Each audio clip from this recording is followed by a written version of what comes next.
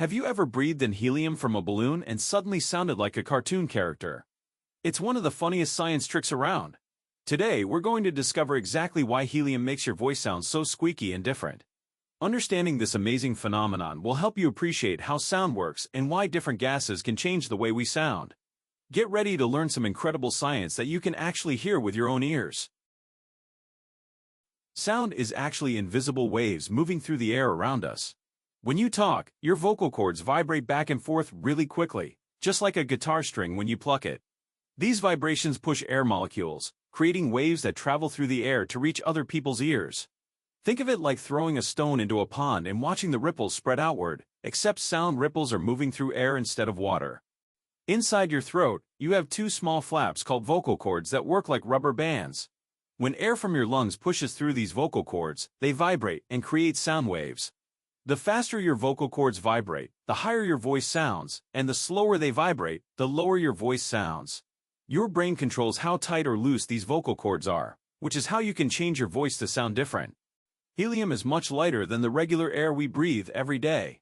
Normal air is made up mostly of nitrogen and oxygen, which are heavier gases than helium.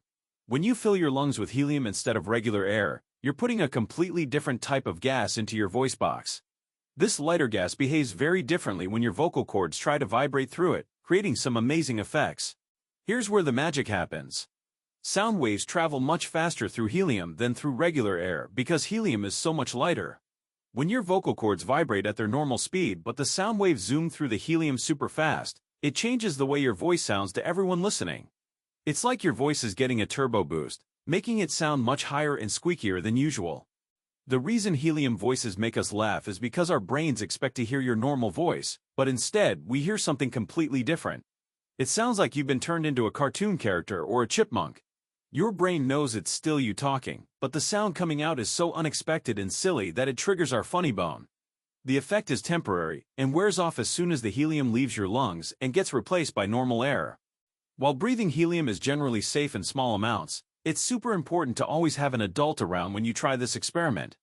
Never breathe helium directly from a tank or take huge breaths of it because your body needs regular air with oxygen to stay healthy. Always use party balloons and only take tiny breaths, then immediately breathe normal air afterward to make sure your body gets the oxygen it needs. What other fun science experiments have you tried at home that surprised you with their results? Put them in the comments below.